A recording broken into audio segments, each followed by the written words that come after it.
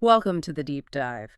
We grab a bunch of sources, pull out the key insights, and get you up to speed fast. Today, we're looking into something that's just exploded globally, Korean games. You've probably seen them popping up everywhere, thanks mainly to two huge cultural moments. Blackpink Rosé's new hit, APT, and, well, you can't forget Squid Game on Netflix. So our mission today is to unpack where these games came from, what they mean culturally, and their massive global impact. We're talking everything from old traditional pastimes to, today's viral party games. Yeah, and what's really interesting, I think, is that these games, they seem simple on the surface, Yeah. but they actually give you this amazing window into Korean culture. Hmm. You get a feel for the history, the social dynamics, Mhm. everything. It helps explain why they've struck such a chord with so many people around the world. Absolutely. And well, you can't talk about games going global right now without starting with Rose's track APT. It's been everywhere. Super catchy song, but it has this really specific kind of unexpected origin. It really does. It's not just, a pop song pulled out of thin air. It's directly based on the apartment game, which is a popular Korean drinking game. And it perfectly captures that feeling of like social suspense. Okay, how does that work exactly? The game itself. So picture this. Everyone stacks their hands, one on top of the other, Right. right? Then, starting from the bottom hand, people take turns pulling one hand out. But there's a specific number, like a floor number in an apartment building, is decided beforehand. Whoever pulls their hand out on that number, well, they lose. They have to drink. Okay. So there's that moment of tension, waiting to see who lands on the number. Exactly. It's simple, Yeah. but it creates this immediate kind of engaging social dynamic.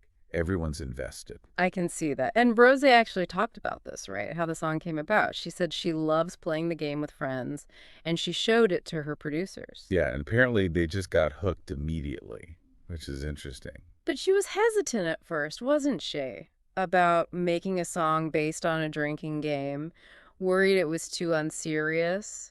That's right. She even considered scrapping it, asked them to delete the file, which, says something about maybe how we view play versus serious art.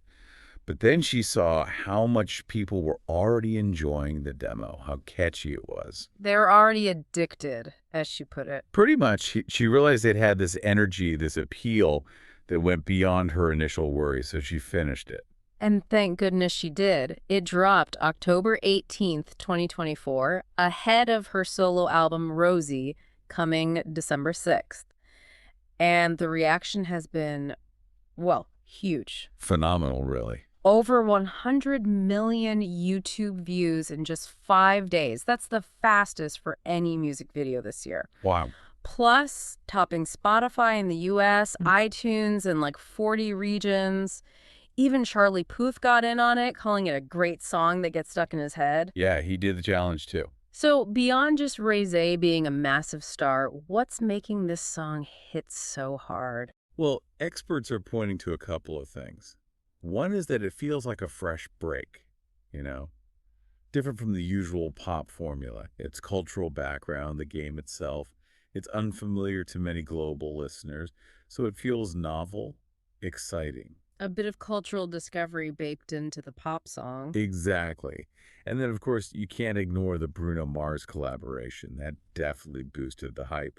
But going back to the game link, the very first line of the song makes it explicit. Right, the Korean line. Yeah. Oh, John, cheers on. God boy, John. So check it on, Jenny John. It's on the cuts on. Which basically means Jae Young's favorite random game.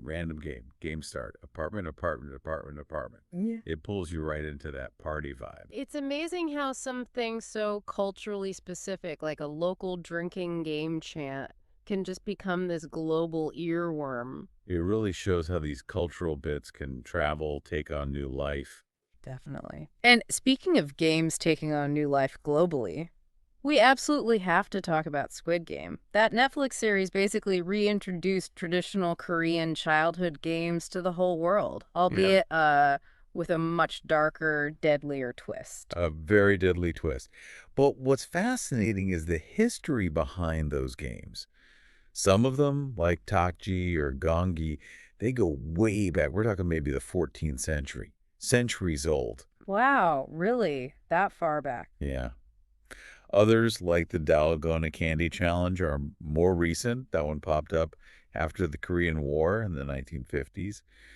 But the common thread for many of these older sort of analog games, they were really popular when times were tough economically. Makes sense. Kids didn't need fancy equipment, just simple materials, often stuff found outdoors. It encouraged playing outside, being creative, thinking strategically. It's a good reminder, isn't it, that simple, low-tech play can be so enduring and meaningful. Okay, so walk us through some of the main games from Squid Game. How did their real origins connect to what we saw on screen? All right, let's break them down. First, you have a Mugong wallflower has bloomed. That's the red light, green light one, right? Exactly. In Korea, the person who's it turns their back and chants the phrase Mugong wa kochi piet siemdera. While they chant, others run towards them. When the chant stops, it turns around and everyone has to freeze. If you move, you're out. Simple but terrifying in the show. Absolutely. The show just amplified those childhood stakes to life or death. Okay, what else? The honeycomb candy. Ah, yes, the Dalgona Challenge. Dalgona is this brittle candy made from melted sugar and baking soda. Street vendors in the 50s and 60s would press a shape into it, a circle, triangle, star. Sometimes a tricky umbrella. Right. And the challenge was? To carefully carve out the shape using a needle or pin without breaking the candy. If you succeeded, sometimes the vendor gave you another one free. It's all about patience, a steady hand. Incredibly tense in Squid Game. I bet. Then there was the game with the folded paper tiles. Tatakji, you mentioned it earlier, like Korean pogs. Two players, each with a folded paper tile. Yeah. You try to slam your takji down onto your opponents to flip it over. If you flip it, you keep it. We see that right at the start of the show, don't we? With Gong Yu. Yeah, it sets the stage. It's about skill, a bit of force, and this idea of winning something from someone else. Okay, what about tug of war?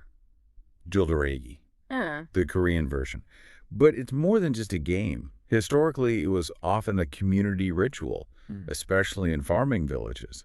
The ropes were huge, sometimes made of rice straw, and the outcome was even thought to predict the harvest. wow, really? A ritual aspect. Definitely. It symbolized community unity, everyone pulling together for a common goal. Squid Game twisted that, didn't it? Pitting teams against each other where cooperation was vital, but ultimately only one side survives. It highlights that tension between togetherness and brutal competition. That's a powerful contrast. Any others? You mentioned Gongi. Yes, gongi. It's like jacks. You play with 5 little stones or plastic pieces, tossing one up and catching others. Great for dexterity, hand-eye coordination.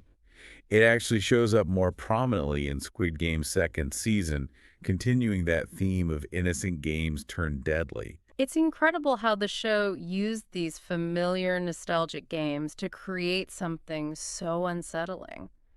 Did people react negatively to seeing childhood games used that way? Mostly it seemed to resonate. I think Squid Game worked because it acted as this bridge. It connected older generations who played these games with younger ones, and it starkly contrasted traditional values like cooperation with the harsh realities of modern competition and, well, desperation. That tension you mentioned. Exactly. It tapped into something real, that underlying anxiety maybe. And the familiarity of the games just made the horror more potent. And it definitely sparked interest in the actual games themselves. People wanted to try them. Oh, absolutely. You had those Squid Game experience events in places like New York and LA. Where People playing Dalgona, red light, green light, yeah. hopefully without the fatal consequences. Let's hope so. Okay, so beyond Squid Game's impact in Rosé's APT, the sources mention loads of other Korean games, traditional ones, modern ones, more drinking games. What else is out there? Oh, there's a huge variety. Korea has such a rich culture of play. For traditional games, Nori is probably one of the most beloved. It's a board game, usually played around Lunar New Year. How does that work? You toss four marked wooden sticks. They act like dice to move pieces around a board. It's got strategy, luck, very much a family and community game. Sounds fun. What else? There's Sirium, which is traditional Korean wrestling. It's a bit like sumo, but players grip a cloth belt, a sapa, around the opponent's waist and thigh. The goal is to force any part of their body above the knee to touch the ground. Ah, okay. Very physical. Very, and often part of big festivals. Then you have things like Neil Twiggy, which is like a standing seesaw jump. Two people stand on ends of a board and jump, launching each other into the air. Whoa, that sounds energetic. It is. And Jiggy Chagi, that's like Korean hacky sack, kicking a shuttlecock-like object called a jagi. And Yen Lagi is traditional kite flying. Lots of outdoor stuff. That's a great mix. What about more modern everyday games? Maybe less traditional. Sure. There's Cham Cham Cham. Super simple, fast, two players. One person points left or right suddenly, and the other player has to instantly turn their head the opposite way. If you turn the same way, you lose. Quick reflexes needed. Totally. Then there's something called cockfighting, or dakseon, not actual chickens. Okay, good. Players hop on one leg, holding their other ankle, and try to knock each other off balance. You see kids playing it a lot. Right, a balancing game. And Muchipa, it's a variation of rock, paper, scissors, but faster and with attack defense rounds. Very dynamic. Okay, cool. And since we kicked things off with the apartment game, any other popular Korean drinking games we should know about? Maybe ones that are fun even without the booze. Definitely. The social aspect is often the main draw anyway. There's the soju cap game, the little metal strip you twist off the cap. Yeah. Well, you keep twisting it until it's sticking straight out. Then players take turns flicking it. Whoever flicks the strip completely off the cap loses. Simple, but builds that little moment of suspense. I can see that being popular. Very. There's also high-low, using the number hidden inside the soju cap. One person looks at it, others guess if it's higher or lower than a certain number, usually 50. And the instinct game, or nunchi game, players quickly stand up and shout numbers sequentially, 1, 2, 3. If two people shout the same number at the same time, they both lose. It tests your nunchi, your social intuition. Ah, reading the room. Exactly. Then there's the Baskin-Robbins 31 game. Players count up to 31, saying 1, 2, or 3 numbers per turn. Whoever is forced to say 31 loses. Quick math, simple strategy. That sounds familiar. Maybe a variation exists elsewhere. Quite possibly. And one more, 3, 6, 9, samyugu. Players count upwards, but instead of saying any number containing a 3, 6, or 9, you have to clap. Gets faster and faster, easy to mess up. Okay, that sounds like chaos waiting to happen. Fun chaos, usually. This has been fascinating. It really shows the sheer range and sort of cultural weight behind Korean games, from these ancient traditions shaping communities to, pop songs topping global charts. It really does. And connecting it all, I think these games offer such a clear view into Korean history, its values, how people interact. They show how tradition isn't static, right? It can blend with modern trends, modern pressures, and create something totally new and compelling that resonates globally. Because Right. ultimately, they tap into universal things: play, competition, cooperation, connection. Absolutely. So, thinking about all this, here's something for you, our listener, to mull over. We've seen how deeply Korean games are tied to their culture and how well they've traveled. What other seemingly simple cultural games or pastimes from maybe your own background or other parts of the world might be ready for their global moment? And what could they tell us about the cultures they come from? Something to think about. We'll catch you next time on The Deep Dive.